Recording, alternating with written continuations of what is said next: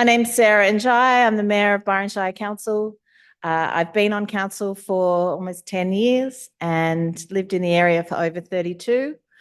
I love this place and care deeply about it. And I'd like to first of all acknowledge that we're on Arakwal land and Bundjalung country and pay our respects to Indigenous people, as well as the Midgibal people to the north, Widjabul Waiable to the west, and any other Indigenous people amongst us today. And I think whenever we're having conversations about housing, it's really important to centre First Nations lens or perspective. We have only 5 houses that are held by our native title holders in this region. And for native title holders, it's not a luxury to live in the place that you are a native title holder, but it's actually a cultural obligation for you to live and look after that place. And so as part of this housing picture, we need to always think about our First Nations voices and First Nations justice in housing. Thank you so much for coming along tonight. No doubt there are mixed and varied opinions in the room about the role that short-term holiday rentals have played in the region. What effect they're having at the moment, how effective our cap's been. But tonight we're truly lucky to have experts in this field who've spent years and years researching not just what you see, what Airbnb tells you, but what's happening from behind, from inside Airbnb. Our guests tonight are Professor Nicole Gurran from University of Sydney, who has worked with us before. Where are you? You're over there. And we'll continue to work with Council on monitoring and researching the impacts of our 60-day cap, which we were lucky enough to get the only place in the whole of New South Wales that has that. We also have Inside Airbnb founder Murray Cox with us tonight, and also architect, urbanist and researcher Aline Cruvinel. So please sit back. You will have a chance to ask questions later on tonight, but I'm going to hand over to Professor Nicole Gurran. Can we please give them a very warm welcome?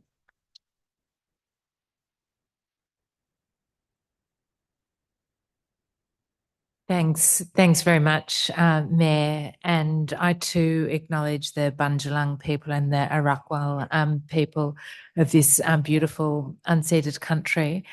Like the Mayor, I also love this place. I grew up here. I think, Sarah, my ties started in 1974 when my family first moved to Lismore.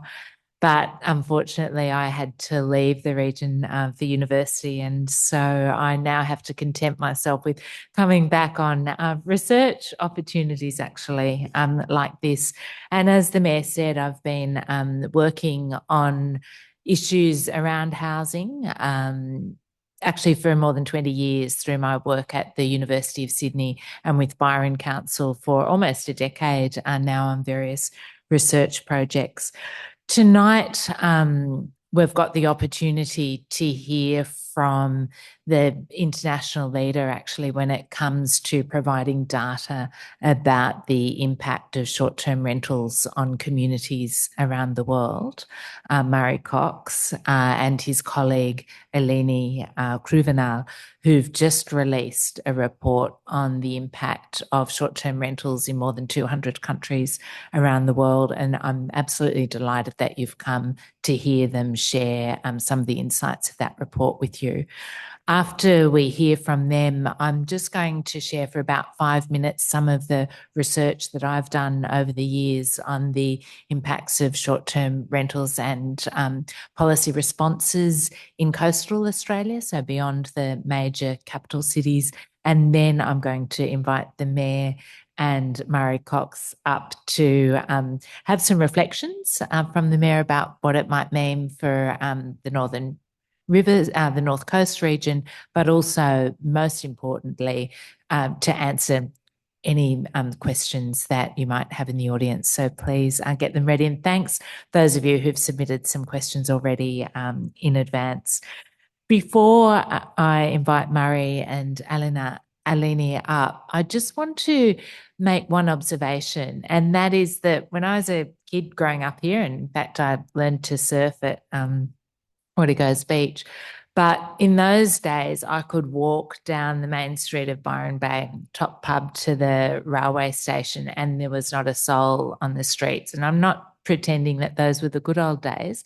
But what I do want to say is that short-term rentals or holiday homes, sure, they weren't as luxurious or as big as they are now, but they have actually always been part and parcel of, coastal Australia beyond the major capital cities. And certainly in those days, Byron did only have quite a small permanent population. So what's really changed has been some major changes, obviously, in the housing market, but also the way that we travel through platforms like Airbnb. And when we say Airbnb, we don't mean only Airbnb, we mean platforms like Airbnb. And those platforms have changed the way that we travel, the way that we use our homes, and also the way that some people are able to finance their investments into housing. And it's not to say that that's always bad or problematic, but I think we do need to look very clearly and with our eyes wide open and see what the implications of these changes are for the communities that are affected. And so with that, I'm going to hand over to Murray and Aline.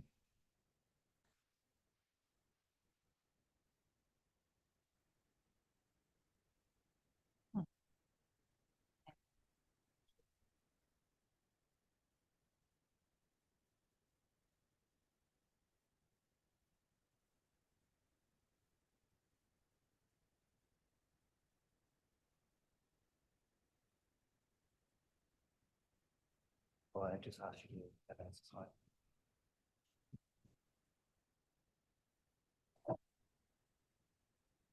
Okay, fine.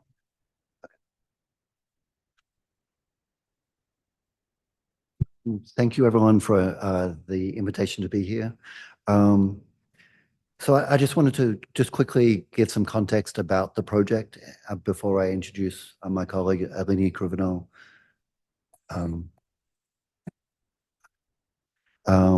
It's probably not tall enough, but I'll scoot down. So my name's Murray Cox. I'm the founder of Inside Airbnb. It's a data activist project. I started in 2015. But I grew up in Sydney, so that's my Australian connection.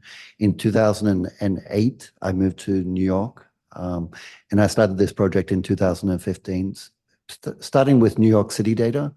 But then I was visiting family at the time of the launch, so I had Inside Airbnb Sydney. And then people asked me for San Francisco data and Barcelona data, Amsterdam data. Someone from the local community here asked me for data on the Byron Shire, so I added the Northern Rivers data. So after a few years, I had data for many cities around the world. But they were mainly the hotspots of short-term rentals and Airbnb use around the world. But although we could talk about the impacts in those communities, we couldn't really talk about what was happening around the world, what was happening everywhere. Last year, we had the opportunity to collect data for the whole world and the idea of creating a global report. And so I collaborated with Aline Cruvinel, who's a Brazilian researcher. She's from Rio. She's a urbanist. She had just completed her PhD on short-term rentals in Rio. And so we worked on this global report. So she's going to introduce the global report results to you. And then I'll circle back on some of the regulations, the data, some of the information about regulations that were in the global report. Some of my experiences of regulating in New York City, and some of the other cities, like for example, in Barcelona, the city of Sydney and Hobart that I've had experiences with. So I'll just hand over to Aline to take us through the findings of the global report. Thanks, Aline.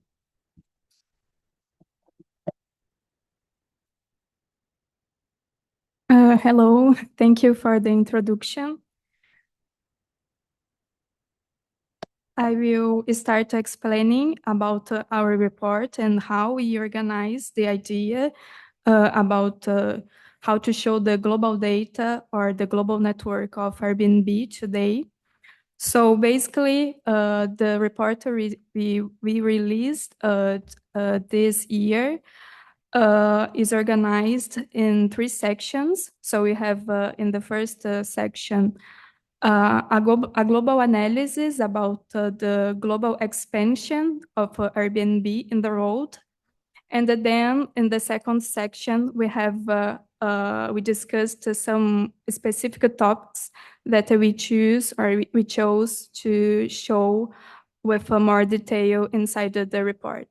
And then finally, we have the 30 or the last section that is a section with data for all the continents and showing some data for countries and also local divisions in the world, helping to share for the first time data in many places that before inside Airbnb didn't share data. So in the global analysis, we analyzed, we showed the global scale of the Airbnb today. And basically, we discovered that today, or considering the countries and the territories we analyzed, Airbnb today operates in 97% of all these territories. And this happens through a network of 8.3 million listings. And from these listings, 6.8 million are entire homes. And from the same group of listings, 5.2 million are multi-listings. So multi-listings, we are considering listings managed by hosts with more than one listing in the platform. And also the network is composed of 4.2 million hosts today.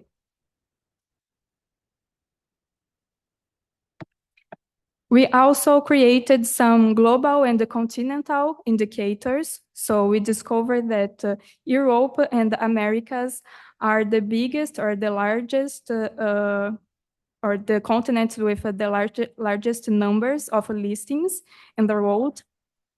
And when we consider the number of listings comparing with the population, Oceania and Europe have the biggest numbers. Considering the largest national markets by continent, we have United States in the Americas, France in Europe, Australia in Oceania, India in Asia, and South Africa in Africa. And considering the global table with all the countries and the territories we analyzed, Australia is the number 10 in the world. And we analyzed the numbers, the absolute numbers by country, but we also created some indicators using proportions. So we understand that Airbnb today has impacts in big countries, but also in small territories like in the Caribbean islands. And to do this analysis, we consider that Airbnb today operates as a digital platform and connects local housing markets to global tourism flows. And with this, Airbnb reinforces and accelerates process like touristification, neighborhood change, and gentrification. The main idea was to show that we have local issues in many places in the world, but these local issues are connected in the same network. We also analyzed the patterns of user entry in the platform, and to this we considered the group of active hosts today. So we analyzed 2 datas. When the when the user enter in the platform for the first time, make the register, and also the date that they become host. So we considering this data, we discovered that user entry peaked in July 2016, and the lowest point was during the pandemic. And considering the first data it was just about the registration in the platform. But the conversion of the user to host peaked in the last year in July, when around 70,000 users became hosts. And this is the analysis to the global data, but we also did to some countries, including Australia. In the case of Australia, the numbers or the patterns are similar to the global patterns. So the registration peaked in 2016, but in the last years, more users are becoming hosts. We also analyzed global indicators to understand the threat of short-term rentals to house today. And we considered the number of entire homes and also the number of listings managed by commercial hosts. So basically, we discovered that entire homes are the majority in 92% of active countries today, and the commercial hosts manage the majority of listings in 86% of active countries. And when we considered both indicators together, 78% of active countries have a majority of entire homes and listings managed by commercial hosts. We also analyzed the top hosts, the top global hosts, and we did this considering single accounts, but also operators that are operating using different accounts. So we basically identified the large portfolios from these hosts, and we showed that some of them are working in the national scale, and others are working in many countries or in different regions in the world. And here we have some examples of that. So 2 examples in the national scale in US and in France, and also examples in the regional and the global scale. So in these cases, we are showing listings from the same operator, but they are using different accounts in the platform. We also analyzed the impacts of short-term rentals in the Global South, and showed how Airbnb consolidates and creates unequal flows of researchers, investment, and the people, and how this reinforces and deepens inequalities. We also shared for the first time data to cities and the countries in the Global South. And we discovered that the highest local concentration of listings, of Airbnb listings, today is in the Global South in the city of Rio de Janeiro. We also analyzed the role of events to increase the listings in the cities. And to do this, we analyzed the Olympic Games in Rio de Janeiro and also in Paris. In both cases, the listings doubled during the games, and the listings continued in the platform even after the events, and also in the cities, they increased in places that before there wasn't a listing. And we also analyzed the listings in the disputed and the occupied territories.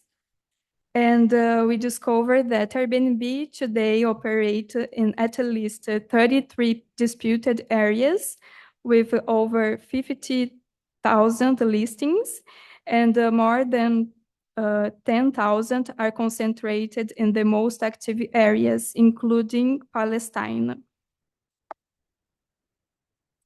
And then we have in the report many pages with data by region, country, and some local divisions that can help people that are working with this topic today. Thank you.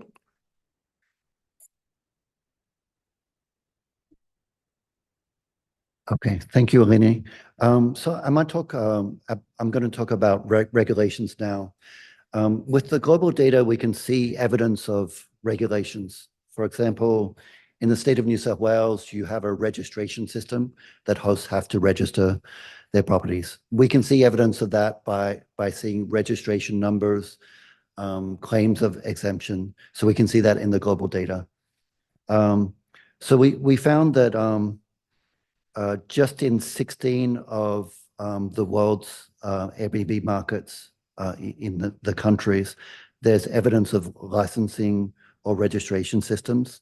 That doesn't mean that that they're regulated. For example, in Italy, they've got a registration system, but there's no restrictions. You just have to register and pay taxes. So they don't have a yearly cap, for example. They don't have any principal residence requirements. You just have to register. So, but this shows that throughout the world, countries haven't regulated short-term rentals or Airbnb yet. So I think Aline was giving some evidence of the potential threat of housing because of the structure of Airbnb, but most countries haven't regulated short-term rentals yet. You can see in terms of the global scale, Australia is number 17 in terms of the number of listings that have license or registration information. So 43% of the entire homes in Australia are licensed. And that would be from states like Tasmania and New South Wales, where they have registration systems. On the table there, you see Italy is at 90%. Japan regulated many years ago.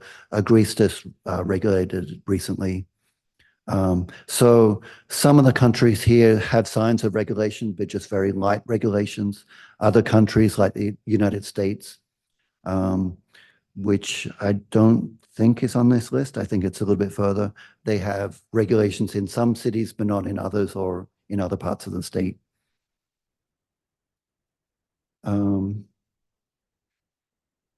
Based on the evidence that I've seen where we've done research on how cities are regulating, I've interviewed many of the cities that have gone through regulations like New York City, Barcelona, Amsterdam, Paris. The 4 features that we find are effective at regulating short-term rentals are a primary residence requirement. So providing some type of evidence that the property that's being listed on Airbnb is the host's primary residence, and you can only have one primary residence.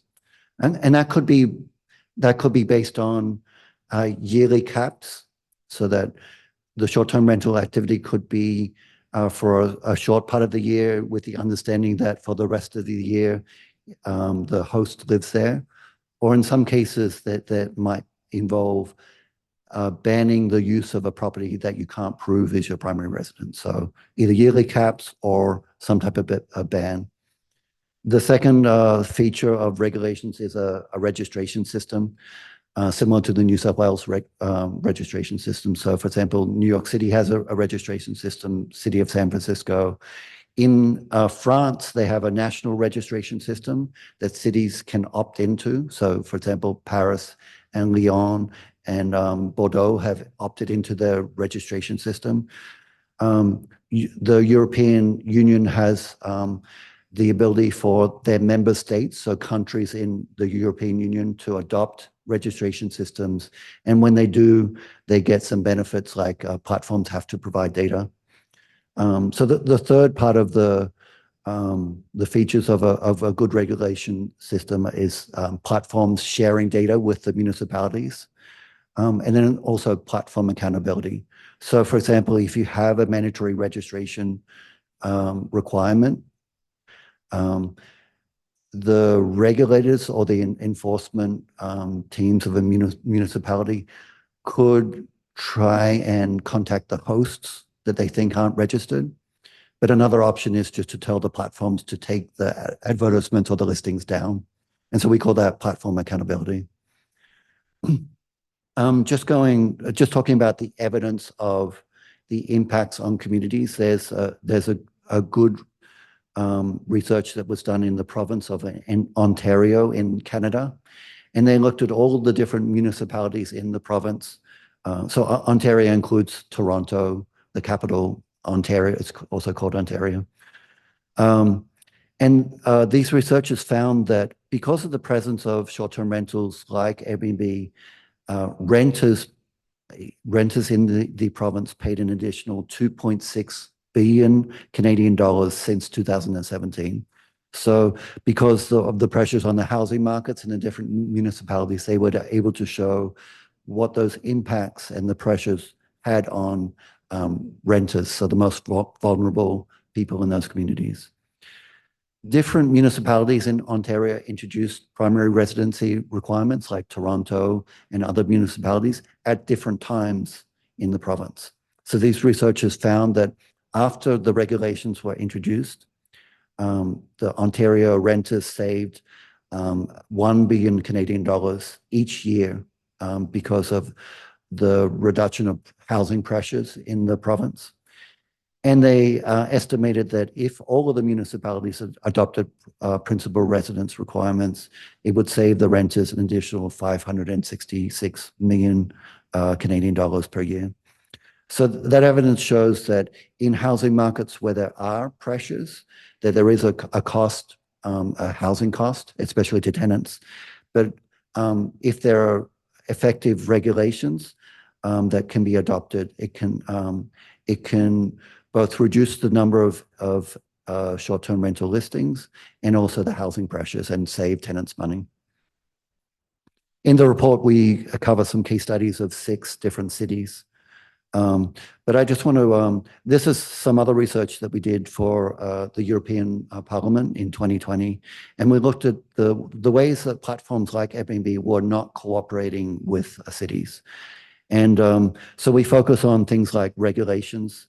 Often platforms like Airbnb will offer to regulate or suggest the types of regulations that they will want. And so one of the topics is that we want to be regulated. But I believe that those types of regulations are not effective. So, for example, they might offer to pay taxes, but without no restrictions, or they may suggest a registration system, but they might not be good enforcement tools.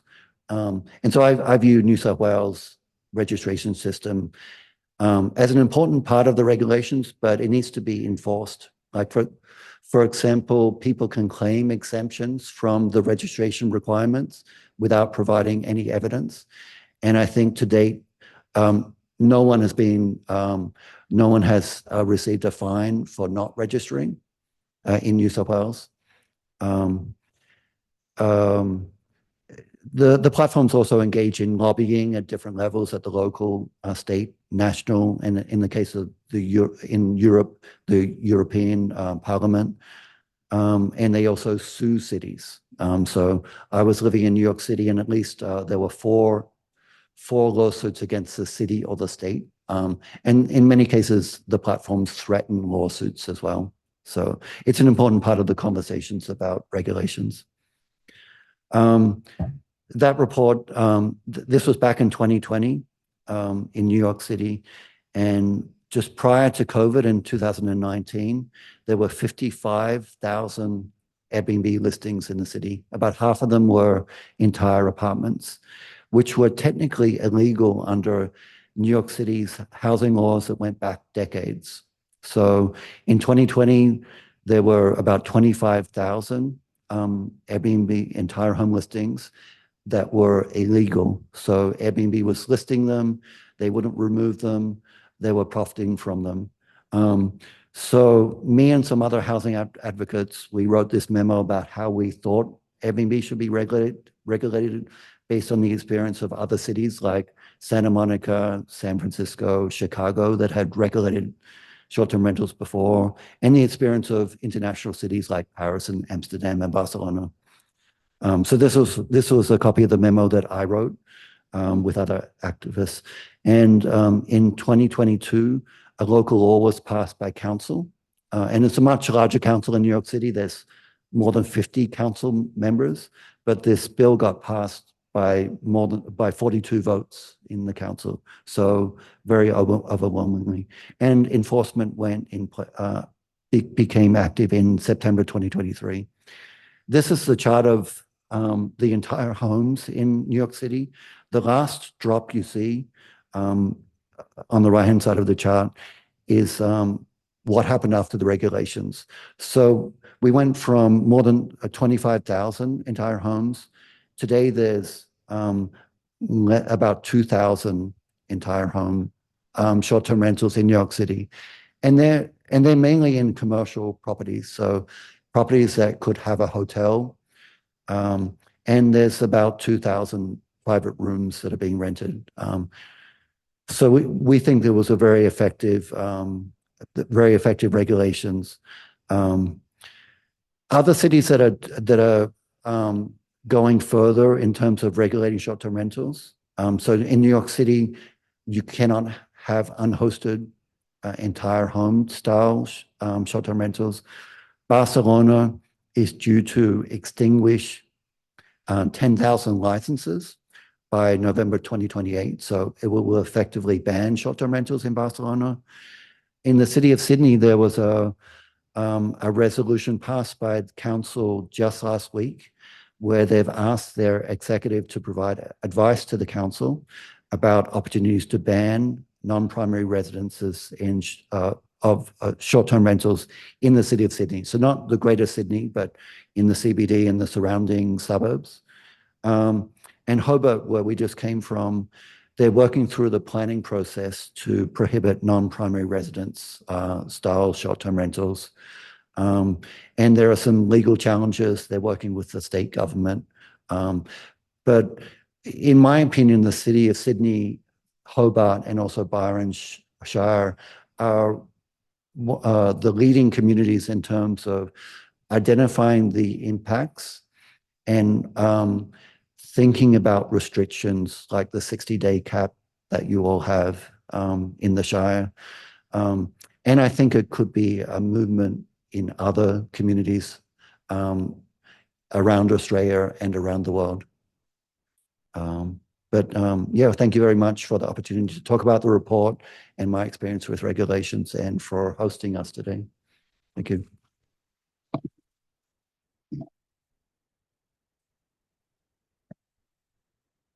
Thanks. Thanks so much, Murray. And yeah, thank you, the council, for giving us this space to come and talk to a group interested in this topic, such as yourselves. Before I invite the Mayor and Murray up to answer your questions, I'm just going to give you a brief flavour of some of the research that I and my team have been doing, funded by the Australian Coastal Councils Association.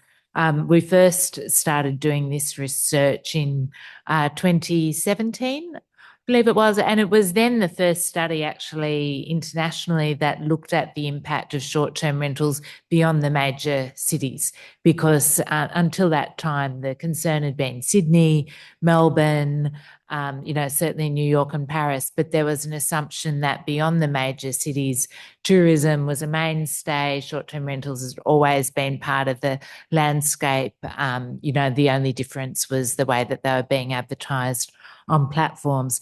And even back in 2017, when we did that work, we discovered that in some places, actually, there was already some competition between the need for permanent homes and the rapacious demand for tourist accommodation as well at that time, also impacts for neighbours associated with unmanaged properties. So this study that we published last year looked at data from 2018, but particularly between 2019 and 2024. And we looked at 11 case study councils around Australia, similar, not dissimilar to Byron. I'll show them to you in a moment, and compared them to the national trends. Here they are, they're states, all of the major states of Victoria. I don't think we had South Australia, but certainly Queensland, Western Australia as well. And the story nationally has been actually during COVID, there was a dramatic drop nationally, actually in short-term rental listings. Not surprisingly, international tourism fell through a cliff.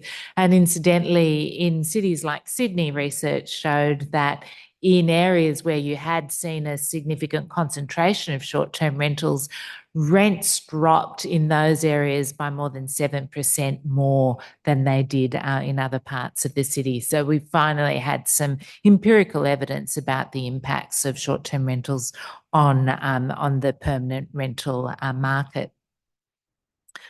But nationally, while listings began to recover, so modest growth by about 2.7% over that 5-year period, the majority of that national growth has been experienced in only 11 places. So more than a fifth of that has been in these 11 case study communities that we looked at. And these are tiny population centres, more than 500 local government areas in Australia. 11 of them absorbed 20% of the national growth of short-term rentals. Interestingly, Byron actually, while accounting for a good deal of Australia's short-term rentals, didn't record growth. So it was the only out of those 11 areas that by the end of the period had not recorded growth. And that was about the time that your planning restriction designed to preserve short-term rentals for permanent residents, that was about the time that it came into being. That said, Byron does definitely top the charts in terms of the number of short-term rentals relative to the housing stock, or it certainly did in 2024. And one of the things that I'm often asked, when I do media interviews and so on is, short-term rentals don't really matter, do they? Because they only account for a couple of percent of the housing stock. That is actually very significant, a couple of percent, because we only get that many new homes per year. But in Byron, we're talking about nearly 10 times that in your housing stock. We're not concerned about genuine home sharing. So people who go on holidays and let out their homes, or people who host tourists in their own homes, those do not jeopardise housing markets in general, nor do they disturb local residents. So we're really concerned about the loss of permanent housing stock and how that can impact on rental availability and rents. And unfortunately, in Australia, most of the Airbnb rentals do fall into that category.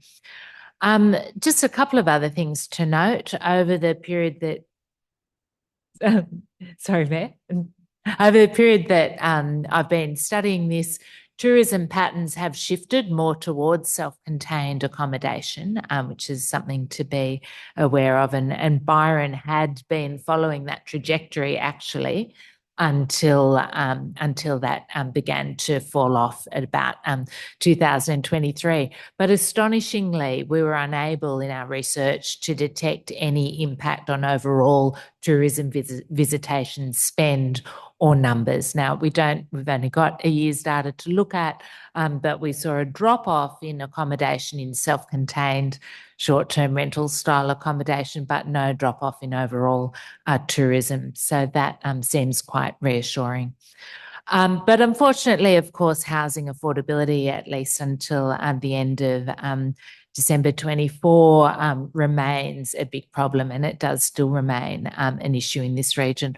Though I have peeked at the latest rental data, and while extremely concerning in Byron, it is actually not as concerning in terms of rental vacancy rates or new rental supply as it is in some of your surrounding local government areas. That said, the end of December last year, the equivalent of 40% of your rental market was available on Airbnb, and there are actually 2 councils who are even worse than that. You can't see them on the bottom of the slide. One of them is Mornington Peninsula, just in the news last week, actually, because of its terrible housing crisis.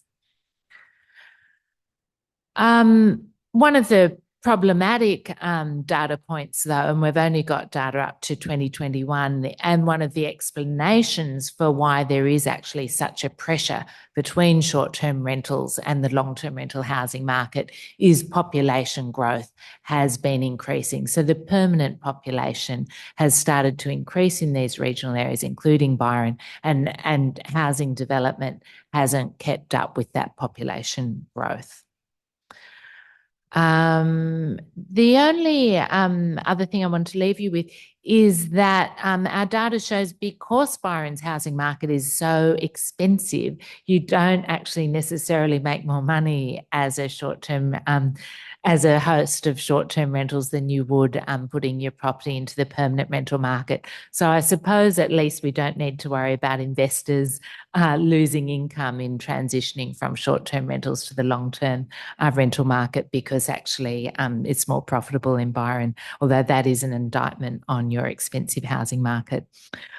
So I want to leave it now because I want to have time for you to ask the Mayor and Murray some questions. Suffice to say, in Australia, we're in a changing landscape of regulations across the states, including New South Wales. And it's very important. The last word I want to say is that it's extremely important to recognise that short-term rentals are not the only concern when it comes to planning for housing, and also that we need to plan not only for new housing development, including affordable housing, but we also need to plan properly for tourism growth and demand as well. With that, can I invite Murray and the Mayor up to the chairs, and we've got a microphone for both of them. Could I just have a show in the audience how many people have got a question for? Okay, we've got one in the front. So what I'd like to do is, because we've got a series of questions that have been submitted in advance, I'm going to invite the Mayor to very, briefly give some reactions to the report that Murray and Aline have presented. I'd really like her off-the-cuff thoughts about how relevant it is really for Byron Shire, and then we'll hand over to you, and then we'll go to one of the questions submitted in advance, then we'll go back to you again.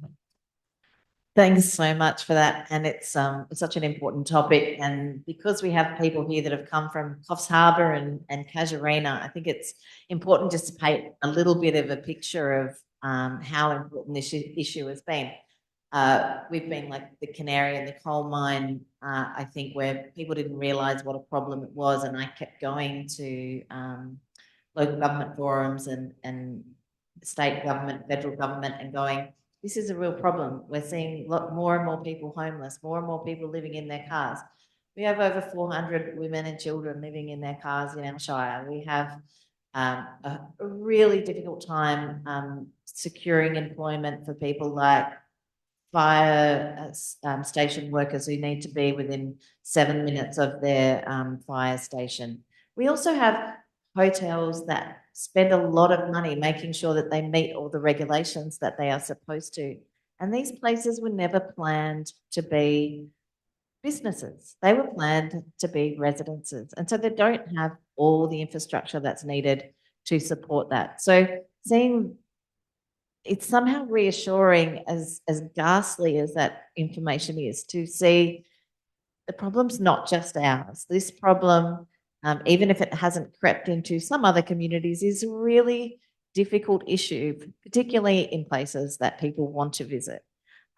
So in a sense, it's reassuring that we're on the right track, because we need to make sure that there are enough homes for people to live in, and that because visitors need the same things that people who live somewhere do. They want to have access to transport, access to shops, some sort of sense of community to be around, all those sorts of things. But a visitor is always going to be able to pay more. And so we need to protect our housing stock for homes so that our schools are full, so that we have workers to live in the area, so that they can clean those hotels and stuff. And as a council, we, in response to that, while we have been saying no to and trying to limit short-term accommodation in this form, we have been saying yes to more hotels. We have been allowing, because we want to make sure that the visitor economy is a critical part of this area, but it can't be at the expense of our community. And so I really thank you for, I guess, demonstrating that it's not just our problem, it's a much bigger problem. The vehicle that is being used to commodify houses even further and make them into something that is for individual wealth growth instead of homes needs to be stopped. Thank you. Now, I can see a question right in the very front row. That's fine. You can say it now. So some of you know me because I'm Kate Curry and I was a councillor, and I was very happy to share the victory that we had with getting the 60-day cap. And I suppose I'd be interested to know, I was so heartened to see that there had been an impact, which, because time has passed since that happened, and I'm extremely grateful for Murray to be able to supply this data. I've been looking at your site for so many years now, and, it's sort of, anyway, sorry, back to my question. So what I'm wondering is the capacity to either legally, maybe this one for you, Nicole, I'm not sure, to either legally or in a regulatory framework put a cap, full stop, on the number of the component of housing or the number of beds or residences or whatever you want to call them, like accommodation sites, in the way that they limit poker machines. So you can only have X number, or bottle shops, or I know it's putting gambling and drinking in with Airbnb, but in terms of the commonality is the corrosive effect they have in our society and the social impacts. So it might be a question for you, Nicole, or either of you two, and the New York example was really inspiring, whether there is a scope, that kind of thing to happen, whether it could be done. Thanks, Kate. And I will pass to the Mayor, but just for those of you in the audience, Byron's mechanism is concentrating where you can have short-term rentals in key tourism destinations, which the Mayor may speak to. So rather than a cap on the number altogether, it's a cap on where they can be, and then elsewhere the cap applies to how many nights in a calendar year you can use them. So Mayor, let me invite you to take first pass. I think what's really important to understand about where we landed with the 60-day cap and having these little zones of 365 days is that wasn't necessarily what we wanted. It was just what we could get. And so having, a high concentration of people with 365 days in key locations, I don't necessarily think is a great thing. I think it kind of undermines community in those areas and puts an inflated price, but it was what we could do. We did talk to the government about trying to have a cap on numbers, but how would you do that? Some sort of lottery system? I suppose you could do it with the registration. And what would be the sweet spot? What would be the right number? So I'm not sure if that's been trialed. I think in Barcelona, that was one of the places where they had a capped number, and I did live there. I went to university there for a little while and moved over there with my children. And from just near where I was living, which was near Park Well, there was so much graffiti going, tourists go home. You know, it was already being felt so much there. And we don't want to get to a place where people are squirting people in the street that are visiting because of the haves and have-nots. We really want to make a more sustainable model that allows people to come and locals still to live here. Yeah, so I could talk about some governments that have introduced a cap on the numbers of short-term rentals. I wouldn't say it's it's not the most popular regulatory approach, but Barcelona is a good example where they did a study of the city's needs for tourism housing and residential style housing, and they arrived at a number of about 10,000. But what we've seen since the implementation of that cap system, I think the idea was short-term rentals were still meant to be a mum and pop, do you say that here? Mum and pop style of accommodation where it was still people's, maybe it was just, it might be a property in the family. But what happened with those 10,000 licenses is that they redistributed to commercial operators. And so if you do introduce a cap, it has to be the right number. And so there are a number of small cities in the US that pick a number like 1% of housing or 2% of housing. It's important to also know that short-term rentals usually concentrate in certain neighborhoods. So 1 or 2% of the housing for the city, all of the short-term rentals might be concentrated in certain neighborhoods. And so if you're going to do that, then you would want to probably have caps for different neighborhoods, depending on the number of units of housing. I don't think that a city should have hundreds or thousands of short-term rentals. I think maybe the appropriate number might be dozens. I live outside of New York City now in a city of 30,000 people.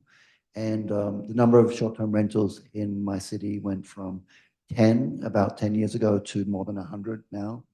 And so it's a small city. And so I think maybe the appropriate number is probably around 10 or 15 for that small community.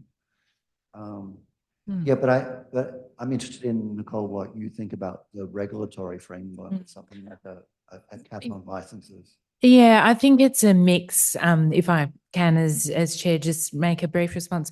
Look, I think there's two things. One, there is what the policy objective is, and limiting the concentration or where they might be. If you're trying to limit where they are and their impact, then probably a spatial zoning mechanism, such as the approach that Byron has gone, is better. If that doesn't matter and it's a quantity, then a cap and trade model might work, particularly if you're into market mechanisms. But you then also have to look at what regulatory systems are available under our existing regulatory framework. And then you have to ask what's enforceable. And I think if we all take away one message from the report that Murray and Aline presented, was 4 principles. Residential homes for residents to live in, first principle. Second principle, register so that you can have a policy framework to implement if you need it. Third, make the platforms transparent so that you can enforce that regulation. A cap number depends on that. And fourth, make the platforms accountable. And then within that framework, I think it's really deciding what your policy objective is. But great question. Yes, I can see a question here. And don't be afraid, if you've already submitted a question, we'd still invite you to say it from the floor. 2 short questions, first of all, then a longer question, if you don't mind. The first question, possibly Nicole and Sarah might be able to answer this. February and March 2024, New South Wales Planning put out a review of short-term rentals. That's 26 months ago. I know that council put in a very detailed comments, and I certainly put in a lot of detail in my comments. It's quite exasperating not to receive something after 26 months.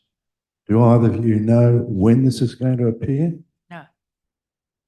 No. No, but I can just tell you straight up, make no mistake, the state government does not want this to work.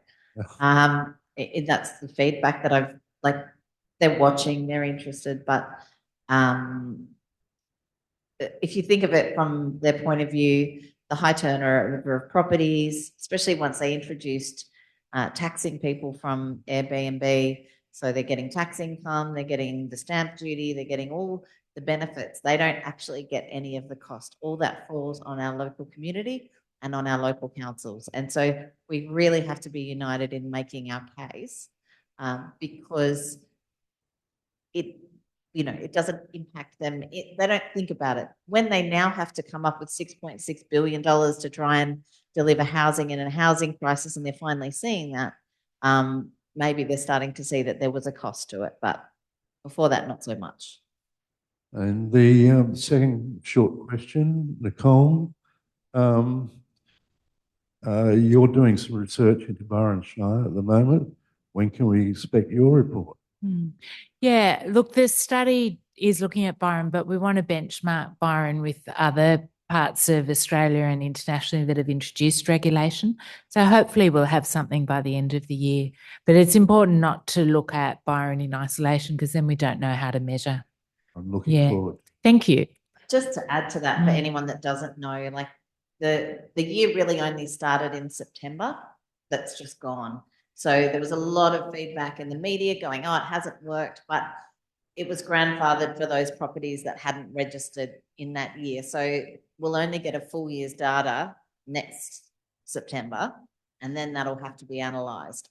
So anything that we've seen since it came in has been sort of mostly anecdotal because we don't have that fixed data. Question directed to Murray. And possibly the other presenters as well. Murray. Probably introduce yourself and just say who you represent as well, because you are a hero in this space in many ways.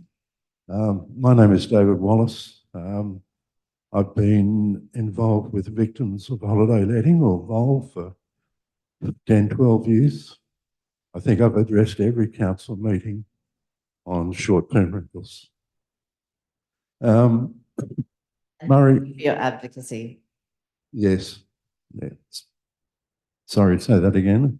Thank you for your ongoing. Thank you. Murray, I've read most of your reports, and one of the things you say quite often is that regulations on short-term rentals are only as good as the enforcement of the regulations. Now, in New South Wales, we've got a number of regulations, the Code of Conduct, but we know that there are problems. Could you identify what those problems are and what can be done to solve them? For example, no one has been put on the exclusion register at all, and that's been in operation for about 4 years. And I just note that Denise also put in a question about enforcing the regulatory code. So we've got a second question about enforcement. Yeah, any observations about the difficulties that cities face in enforcing the rules that exist? Right. Well, so just to be clear, the New South Wales registry system, it's not a transparent system, so I can't get data on it. But I think some researchers can, and also the cities, the local government areas can. Based on my conversations with the City of Sydney, and they've done some research, they're finding that their 180-day cap, it's being exceeded by the data that's in the registry, that the platforms have to submit data. Also, the hosts can also submit data. So one of the failings with the registration, with that system of data sharing is, it's my understanding that the platforms might submit the bookings data. The host can edit the data and reverse the data that the platforms. So that's a problem in the data integrity of the CAP system that the state has. They also found that, for example, in the city of Sydney, there were 4 properties with the same registration number, the same property registration number. And they had a yearly stay of thousands of days because of there were 4 properties. So there's some basic things that the state government could be doing to audit the data, maybe identify hosts that were exceeding the caps. The local government areas could be doing the same thing. Like another issue with the registration system that I know of is that you can claim an exemption to register just without providing any evidence. And so in New York City, for example, they have these exempt properties, but the platforms have to match the property address with the list of commercial properties. And if the platforms don't do that, the platforms get fined. And so the 2,000 or 3,000 entire home listings in New York City that are exempt from the short-term rental laws, they're being verified to be exempt. And so if you're going to have a registration system with exemptions, you should provide some type of mechanism for checking the exemption. And then I also understand that no one's being fined for not registering for fake exemptions. So that speaks to the New South Wales Planning Department. And then no one's being put on the exclusion list that you could, so that speaks to the fair trading.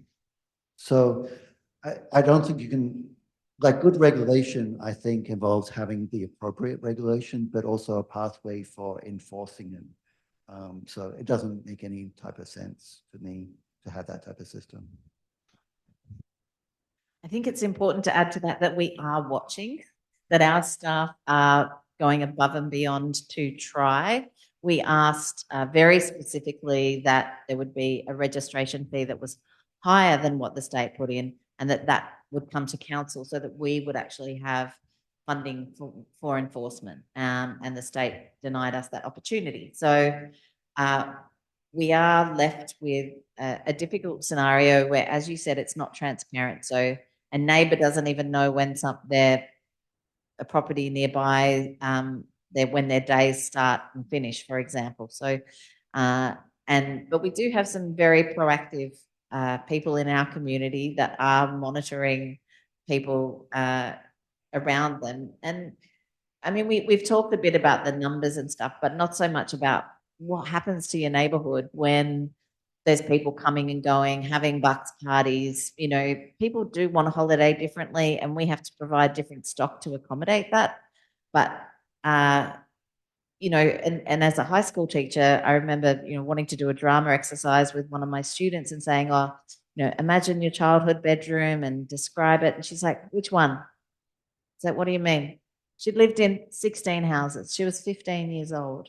We have some of the worst rental laws in the world. So that this is only one part of a much bigger issue, but this is something that we as a local council can and should have a say over, so that we can help make sure that we have houses for our community. I just want to do a check on time because we are running over 7. Mayor, is it okay to extend for another 5 minutes or so? I'm absolutely fine with that. Okay. I won't be offended if anyone gets up and leaves if they have to. So I'd just love to give more questions. Yeah, give me all the hands, all the people who've got questions, just so that I know in the room. Okay, 1, 2, 3, 4. Okay, great. And then we'll go to you. What we might do is we might hear a few questions at the same time, and then I'll direct them to the mayor. So we'll get yours first, sir. Mine's just a very simple question of picking up on this idea that you can be an Airbnb person and have no regulations about no smoke alarm, no fire exit, no blah, blah, blah. So I just wondered if in all of that research you guys have done, was there any indication as to, I know you have to, therefore you would have to be registered. If you're registered, therefore you should present your paperwork. Your paperwork would say, yes, I've been checked by authorities, etc. But did you come across any indication anywhere that anybody had done anything at all to make that place safe or reasonable?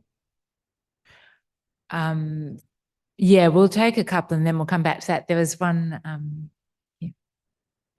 Thanks. This is just more of a methodological question. It's about how much do we actually trust that Airbnb's data is correct? And also, what about other platforms? Because if everything gets targeted around Airbnb, will other platforms like Stays or whatever start to get into the act?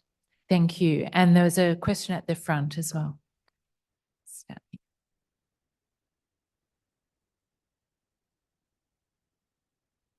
I just wanted to know, sorry, if there's data around how many registered properties there are these days versus 2-3 years ago. Mm-hmm.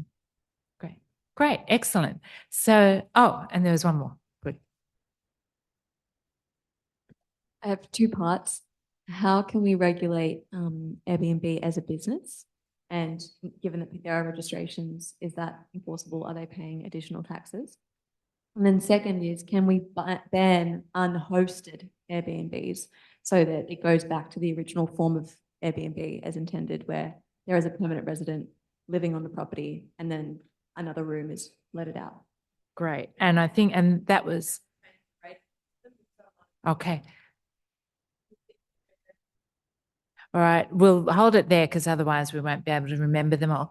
But that question that you asked was also one submitted by the audience, so that's good.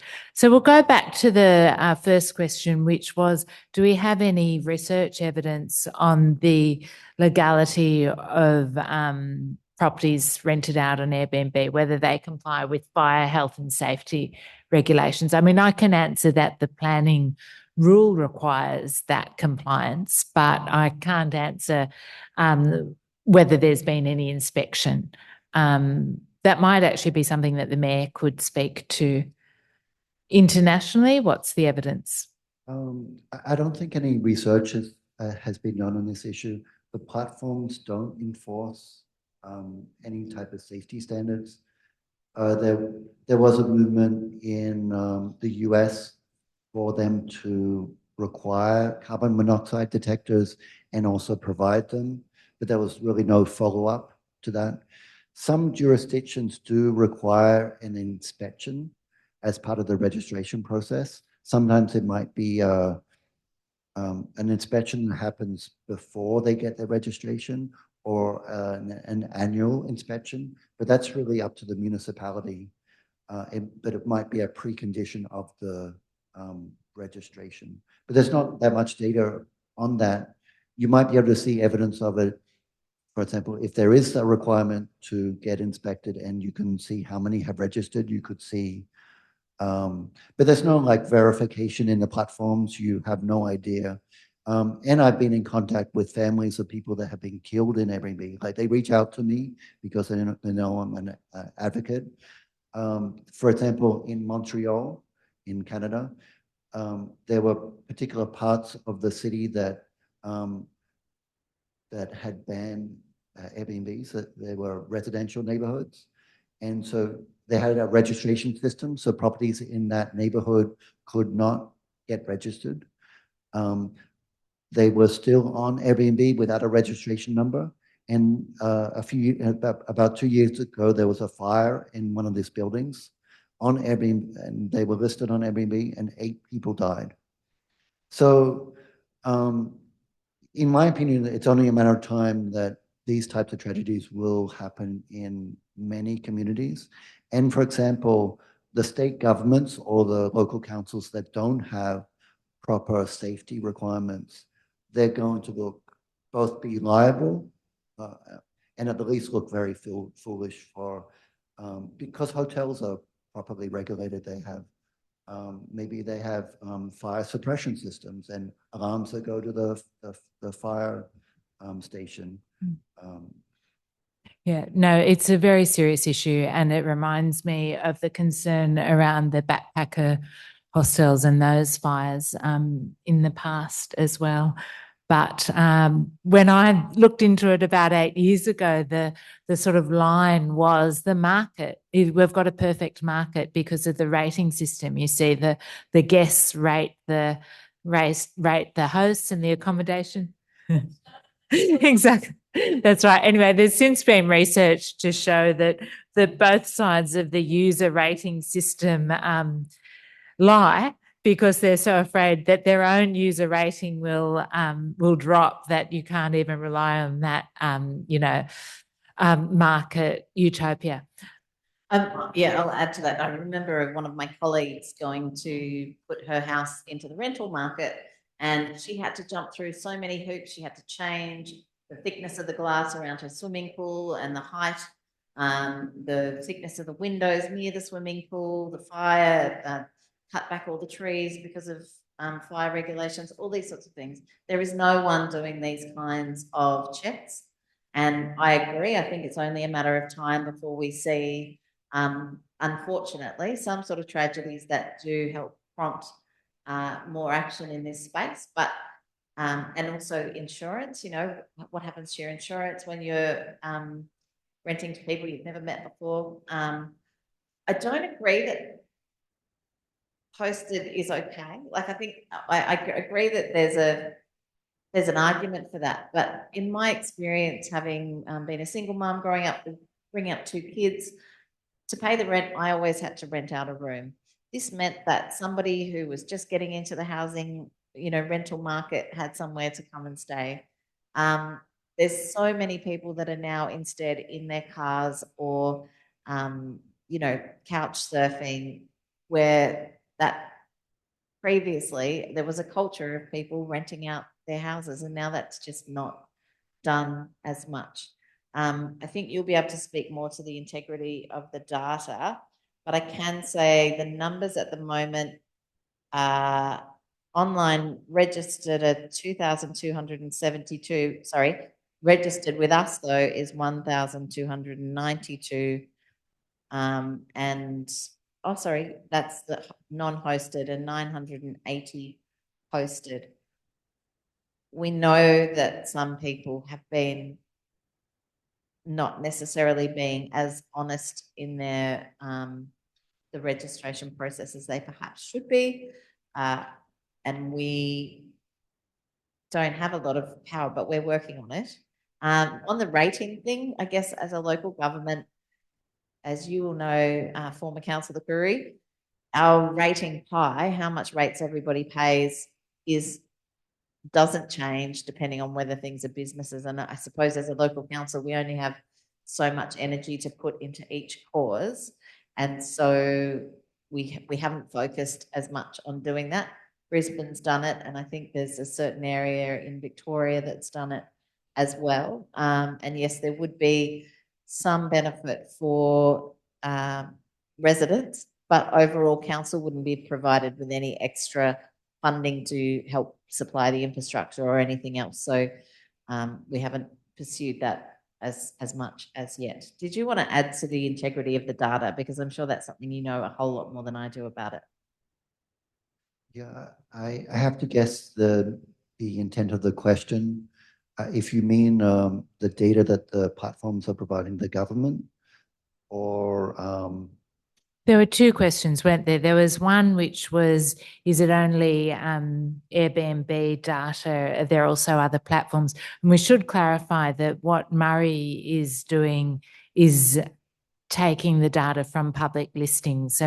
So we're not relying on data from Airbnb itself here because they're not providing it, which is the issue. But if you could speak to the sort of multiple platform issues and the fact that actually many properties are listed on multiple platforms. So that's why it becomes less of an issue using a single platform as an indicator of the short-term rental stock. But Murray, maybe you could just speak to that.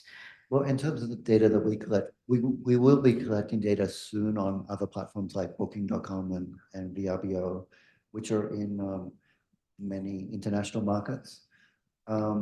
The fact that we only collect data on Airbnb means that we're underestimating the issue. right? And so it's a more a strategic decision to say, well, we only have to focus on Airbnb. They do have the majority of listings in most places, and they're doing the majority of the lobbying, and also advertising and marketing. So for us as a data activist project, I mean, we're also we're a data provider. 90% of the data requests we get from people are from academic researchers. So although we're an activist group, we're also an objective source of data for researchers. We also provide data to the City of New York, City of San Francisco, Portland, Montreal. So I think that we're a trusted data source over many years. Airbnb does provide some data. It's usually strategic and relates to tourism and only the positive benefits. They have a city portal that they offer to local governments and cities, but it only, if you don't have any regulations for them to provide detailed data, their city portal, which they offer to cities as a sign of cooperation, only really has tourism data. So it's not going to show at the property level whether they're being registered. Even though their city portal can allow the city to, or the council to say, this property is not registered properly and ask them to take it down. They won't turn on those features unless it's part of your regulations. So that they do have data. They're usually honest when they provide it, but they're only providing what they want you to see. I don't know if that answers that part of the question. In terms about banning unhosted short-term rentals, I know the City of Sydney's under the same legal framework as Byron Shire is pursuing that. And so it might be interesting to see what options they come up with in terms of not whether it's is it a cap of 0 or is it something else? But I think that would be interesting as well. I think we need to wind up, but I did want to respond to your question about listings trends in Byron. And as far as I can see, there hasn't been growth. I hear the Mayor's reluctance to be definitive just because the registration data is, let's say, is still working through some issues with its reliability. But I think the key thing is there hasn't been the growth that we have seen in comparable local government areas. I think we can say that with absolute confidence. And I can say I know people who did used to have their houses let on Airbnb, particularly people who aren't as wealthy, who have to know that they were going to be able to pay their mortgage. And even having this discussion and knowing that the capital's coming in was enough to make them go, okay, this is too difficult.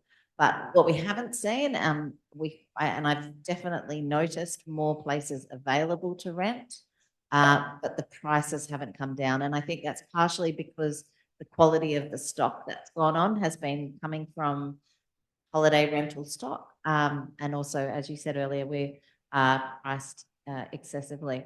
But it's important to remember every conference that I go to, whether it's state government, federal government, Airbnb is always a sponsor. They call me almost every week trying to get a meeting with me.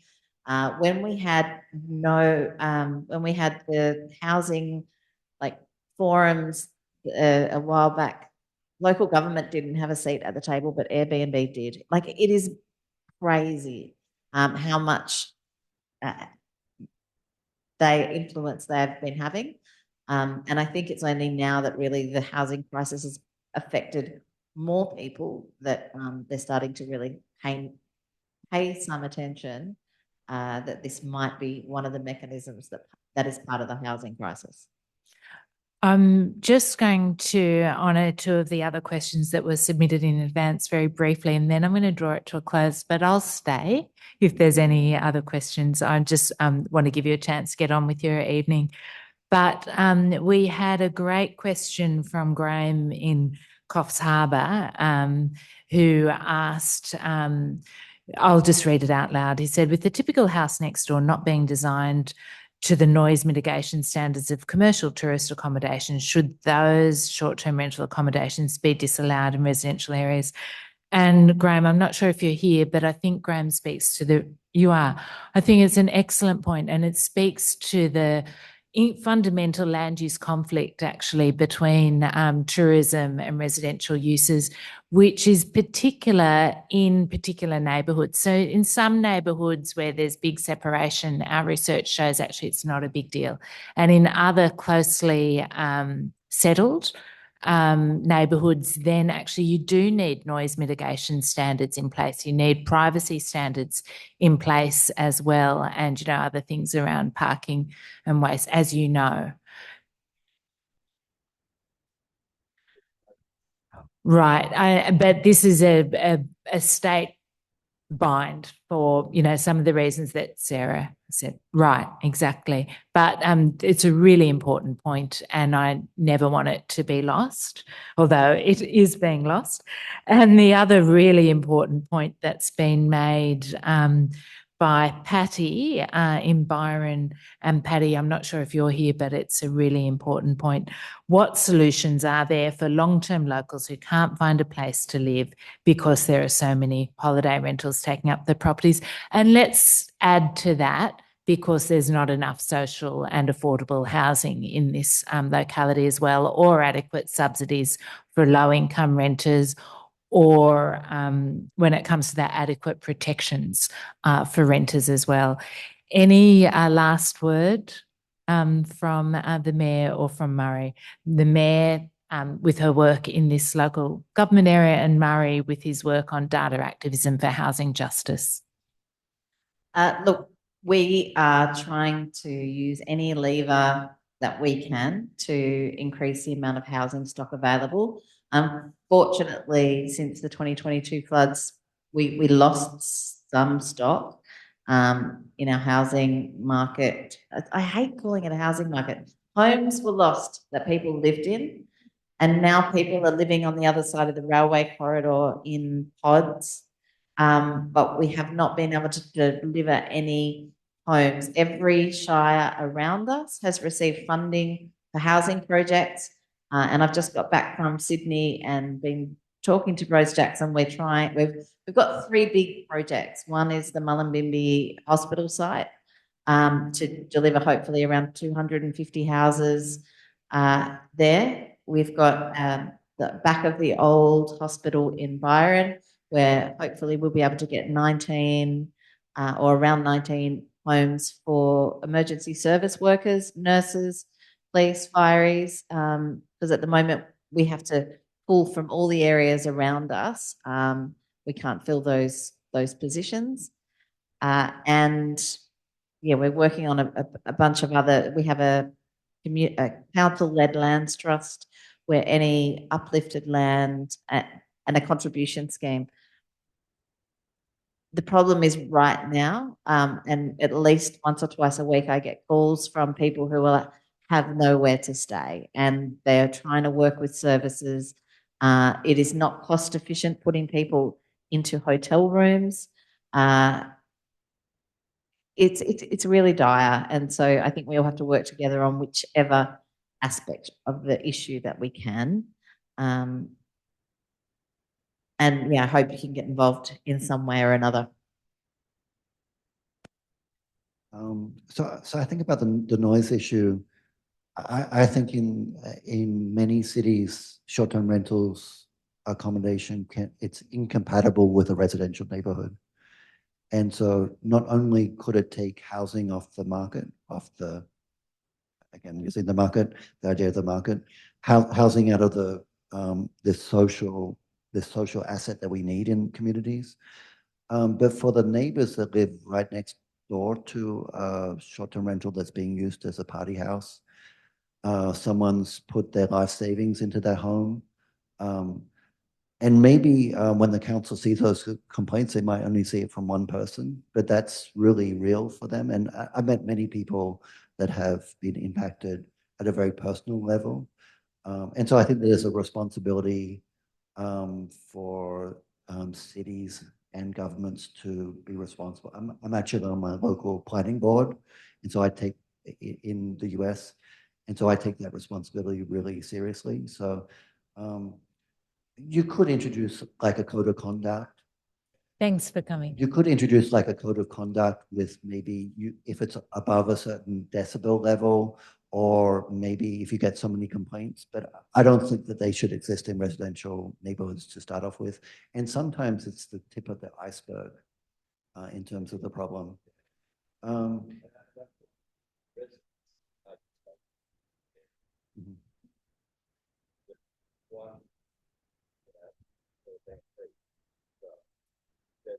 People listening online can't hear you, but Oh, we don't have an online audience, do we? No. it's open to the report. Do you want to- Just one rogue operator seems to be getting all the consideration, whereas all the major stakeholders around the surrounding him aren't. It's totally inequitable. Yeah, so Any last words Yeah. on housing affordability? yeah, on the and second question the about last? so I think the short-term rentals should be returned for use for owner occupiers and for tenants. And so you can't think about we're going to build our way out of the problem when you have these hundreds or thousands of houses being used for a commercial use in a residential neighborhood. And also, if you don't have the proper regulations in place, any new housing that you build might be for the use of tourist accommodation. So I think you have to really regulate it properly. Yep. Okay. Yeah. So we might need to draw a line there. But I guess what I'm hearing, Murray, is when you're in the midst of a housing crisis, you need to use the homes that you have. Perhaps if we're not in a housing crisis, it's less important. Thank you all. You've been a really generous audience with, taken up an extra half hour of your time. We really appreciate your insights. We know, many of you have been working on this issue and have a lot of lived experience, and we thank you for coming and listening to us. And thank you so much to the Mayor, to Murray and to Aline. And to the Byron staff who have had a very long day.